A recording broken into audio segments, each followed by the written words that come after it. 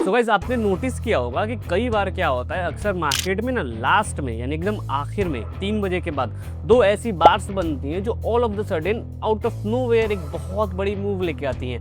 Volume बढ़ जाता है, पूरा मार्केट का स्ट्रक्चर बिगड़ जाता है और लॉस हो जाता है। तो इस वीडियो में हम लोग उसी के बारे में बात करेंगे, उसका नाम है स्पाइक्स। ओके, इस वीडियो में आप लोग 3 चीज़ें समझोगे। स्पाइक्स क्या होती हैं, स्पाइक्स को कैसे आइडेंटिफाई कर सकते हैं और आइडेंटिफाई करने के बाद हम लोग उससे कैसे बेनिफिट ले सकते हैं अपने ट्रेड में। ऑलराइट, तो इस वीडियो में हम लोग स्पाइक्स के बारे में बात करेंगे। जो लास्ट की 2 बार्स होती है ना, जो बड़ी बड़ी बार्स बन जाती है, वॉल्यूम बढ़ा जाता है आउट ऑफ नोवेयर, पता नहीं कैसे एकदम से मार्केट सही चल रहा होता है और एकदम से बड़ी बार बन जाती है। तो उसके बारे में हम लोग बात करते हैं।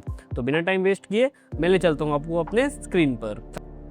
सो गाइज, आई होप आपको अभी मेरा स्क्रीन दिख रहा होगा। तो सबसे पहले मैं आपको बता देता हूँ कि स्पाइक्स क्या होती है। देखो, ये मार्केट प्रोफाइल का चार्ट है। तो एक चीज़ आप याद रखना कि मोस्ट ऑफ द टाइम ये 30 मिनट्स का कॉन्सेप्ट होता है। मतलब ये 15 मिनट से टाइम फ्रेम पे उतना अच्छा वर्क नहीं करता है। अगर आपका टाइम फ्रेम 30 मिनट्स का हो तो ये स्पाइक्स का जो कॉन्सेप्ट है वो बहुत अच्छा वर्क करता है। स्पेशली स्पाइक्स का जो ओरिजिन है वो 30 मिनट ट्रेडर के लिए ही हुआ था। तो आप इसको 15 मिनट में भी यूज़ कर सकते हो, मैं भी करता हूँ और उतना ही अच्छा काम करती है। ऑलराइट, बताना मेरा फ़र्ज़ था।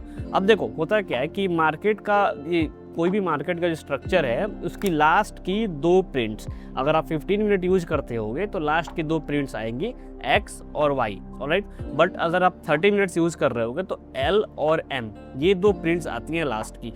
इन दोनों प्रिंट्स का जब सिंगल प्रिंट एक्टिविटी से मीटअप हो जाता है तब हम समझते हैं इसको कि ये स्पाइक है। ऑलराइट, कैसे?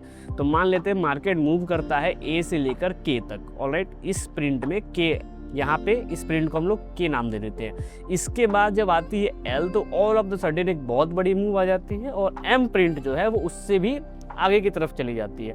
तो इसमें एक वैक्यूम क्रिएट हो जाता है। इस वैक्यूम को हम लोग कहते हैं सिंगल प्रिंट और इस सिंगल प्रिंट की वजह से बनती है स्पाइक। याद रखना, अगर आपको सिंगल प्रिंट एक्टिविटी के बारे में नहीं पता है तो आप मेरी पुरानी वीडियो देख सकते हो। आप आई के बटन पर लिंक आ रहा होगा, वहाँ पे मैंने समझाया है कि सिंगल प्रिंट क्या होती है। मैं आपको एक बार और समझा देता हूँ यहाँ पे अच्छे से।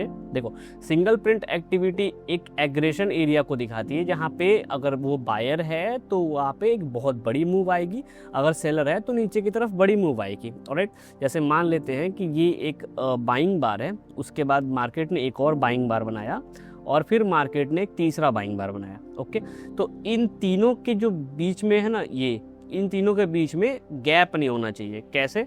देखो, एक प्रिंट ये, दूसरी प्रिंट ये और ये रही हमारी तीसरी प्रिंट।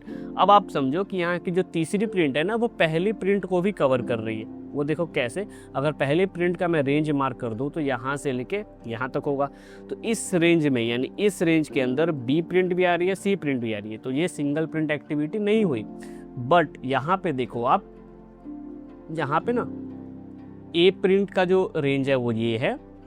ऑलराइट, और इस प्रिंट के अंदर बी प्रिंट आई बट सी प्रिंट नहीं आ पाई। इसका मतलब ये है कि ये जो गैप है ना, ये गैप ये शो कर रहा है कि बायर्स में एग्रेशन है और बायर्स मार्केट को बहुत ज़्यादा ऊपर लेके जाना चाहते हैं। इसको कहते हैं सिंगल प्रिंट। तो स्पाइक्स कब आती है? जब मार्केट नॉर्मली मूव करता है और उसके बाद ऑल ऑफ द सडन के प्रिंट आती है और एक एल प्रिंट आती है, सॉरी एल और एम प्रिंट आती है लास्ट की 2, और इसके बीच में एक गैप होता है। यहाँ पे हमें एक सिंगल प्रिंट एरिया चाहिए। अगर सिंगल प्रिंट एक्टिविटी नहीं आ पाई तो वो स्पाइक नहीं होती है। ये बात आप याद रखना। जैसे यहाँ पे मार्केट ने मूव तो किया बट लास्ट में देखो आप, यहाँ पे के प्रिंट खत्म होने के बाद एल प्रिंट में एक सिंगल प्रिंट एरिया आ गई है। यानी कि जो सेलर्स का एग्रेशन है, याद रखना, सिंगल प्रिंट अगर टॉप पे आती है तो सेलर एग्रेशन होता है, सिंगल प्रिंट बॉटम पे आती है तो बायर एग्रेशन होता है। आप सिंगल प्रिंट का वीडियो देख लोगे ना, आपको सिंगल प्रिंट एकदम क्लियर हो जाएगा, कोई दिक्कत नहीं होगा उसमें। ठीक है, तो मार्केट प्रोफाइल में स्पाइक्स समझाने का मतलब यही था कि जो सिंगल प्रिंट एक्टिविटी है उसमें एल और एम, ये दोनों प्रिंट में किसी एक प्रिंट में सिंगल प्रिंट आनी चाहिए। बेसिकली एल में ही आता है मोस्ट ऑफ द टाइम। तो इसको हम लोग कहते हैं स्पाइक। इसका मतलब ये है कि मार्केट के उस दिन का जो आखिरी 30 मिनट्स था उसमें 2 चीज़ें हुई हैं। पहली चीज़ कि एक्सट्रीम वॉल्यूम आ गई है, दूसरी चीज़ अनप्रेडिक्टेबल मूव आ गई है। इसका मतलब ये है कि नेक्स्ट डे, याद रखना, अभी बहुत ज़रूरी बात बताने जा रहा हूँ, जिस दिन स्पाइक आती है उसके नेक्स्ट डे के मूव की तैयारी उसी आधे घंटे में हो गई होती है। यानी पोजिशंस यहाँ बना लिए गए होते हैं और नेक्स्ट डे मॉर्निंग में एक बहुत प्यारी और बहुत तेज़ मूव आने वाली होती है, इसीलिए हम लोग स्पाइक्स को रीड करते हैं। अब जैसे क्या हुआ कि आपने इस दिन देखो 27 फेब को स्पाइक देखा, अब उसके बाद मार्केट जब 2 मार्च को ओपन होता है, होली वगैरह थी इसलिए इतनी छुट्टियाँ थी या फिर कुछ होगा। अब देखो यहाँ पे क्या होता है कि मैं इसको ओपन करता हूँ। ऑलराइट, यहाँ पे देखो स्पाइक एरिया हमारा ये था, आपको याद होगा। ओके, इसमें देखो बी प्रिंट ने एंटर किया और बहुत शार्प डाउनफॉल आई है। इसका मतलब ये है कि स्पाइक में जो कल की जो एक्टिविटी थी वहाँ पे सेलर्स ने पोजीशन अपनी बना ली थी, और ये जो फॉल आई है ना एकदम टॉप से लेके बॉटम तक, ये फॉल की तैयारी कल ही हो गई थी। तो अगर आपको पता होता कि स्पाइक क्या है तो आप ये सेल इजीली ले सकते थे, इसमें कोई ज़्यादा डाउट की बात नहीं है। क्यों? क्योंकि यहाँ पे एक स्पाइक भी आई है, एक हाई वॉल्यूम नोड भी आया है और वहाँ से एक रिजेक्शन भी आया हुआ है। तो इसलिए मैं कहता हूँ कि स्पाइक्स पढ़ना बहुत ज़्यादा इंपॉर्टेंट होता है, क्योंकि ये आपको एक बेनिफिट देती है कि आने वाले टाइम में यानी नेक्स्ट डे सुबह में एक बहुत ही अच्छा ट्रेड आपको मिलने वाला है। अब जैसे टाटा कंज्यूमर की आप चार्ट देख लो तो मार्केट अच्छा चला और लास्ट की 2 बार में मार्केट एकदम धड़ाम से गिरता है। गिरने के साथ साथ वो सिंगल प्रिंट एक्टिविटी दे के गिरता है। इसका मतलब ये है कि ये जो एरिया है वो स्पाइक एक्टिविटी हो गई है। अब नेक्स्ट डे क्या होगा? नेक्स्ट डे आपकी एक अच्छी मूव आने की तैयारी होगी। तो अब देख लो ओपनिंग के साथ ही मार्केट बहुत तेज़ी में गिरा है, तो आप इस मूव को भी कैप्चर कर सकते हो। अब मैं समझा देता हूँ कि आपको ये जो लाइन दिख रही है ना, स्पाइक्स में हमेशा एक सिंगल प्रिंट लाइन आएगी ही आएगी, इसका ध्यान रखना। आप इसको भी एज अ सपोर्ट और एज अ रेजिस्टेंस अपने ट्रेड में अपने टारगेट के लिए ले सकते हो। अब जैसे ये बेल का चार्ट देख लो, मार्केट अच्छा चला, ओके। उसके बाद लास्ट में जो एल और एम प्रिंट है, देखो ये 200 रुपये 400 रुपये का चार्ट है, इसलिए आपको एक छोटा मूव दिखाई दे रहा है, बट है ये बहुत बड़ा मूव। यहाँ पे आपको एल और एम प्रिंट के पास एक सिंगल प्रिंट एक्टिविटी दिखाई दे रही है, इसको कहते हैं स्पाइक्स। अब ये स्पाइक जब आई तब नेक्स्ट डे की आप मूव देखो, यहाँ पे मार्केट ने ओपनिंग की और सी प्रिंट ऊपर जाके यहाँ पे बायर्स को ट्रैप करती है और उसके बाद बहुत अच्छा फॉल आ जाता है यहाँ पे मार्केट के कल के वैल्यू एरिया लो के हिसाब से। तो आप ये इजीली ट्रेड ले सकते थे, क्योंकि एक तो आप यहाँ पे जोन बना सकते थे। जैसे ये स्पाइक आया तो हमने स्पाइक का यहाँ पे जोन बना दिया।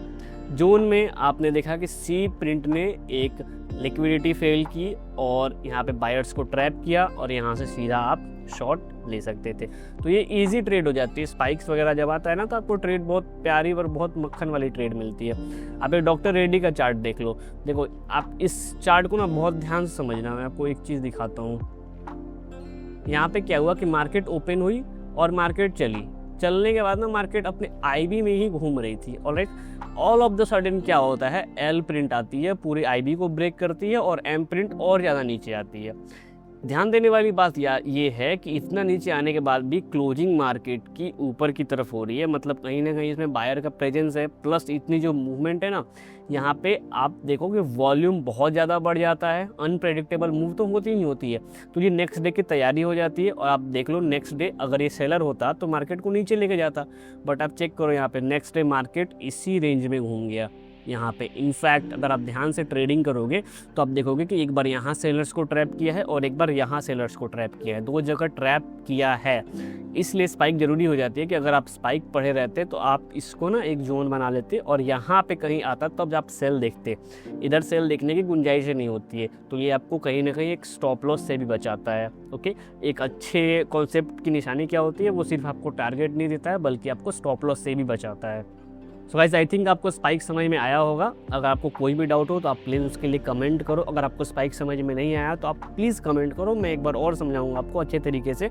इसमें क्या क्या कॉन्सेप्ट है वो आप उसको रीड करना, अच्छे से उसको याद करना, और लाइव मार्केट में प्रैक्टिस करना सबसे ज़्यादा ज़रूरी होता है। बिना प्रैक्टिस के आप ट्रेड नहीं कर पाओगे। ओके, तो आप बैक टेस्ट करो, स्पाइक्स वगैरह का चार्ट देखो, 15, 20, 30, ये डेली तो नहीं मिलेगी बट जब भी मिलेगी अच्छा मूव देके जाती है। ये आपको बताती है कि नेक्स्ट डे मार्केट में अच्छा मूव आने वाला है। तो आप 15-20 चार्ट्स देखो और रिवाइज करो तो आपको एक क्लैरिटी हो जाएगी कि स्पाइक्स वर्क कैसे करती है। मिलेंगे आपसे नेक्स्ट वीडियो में, तब तक के लिए बाय बाय, टेक केयर।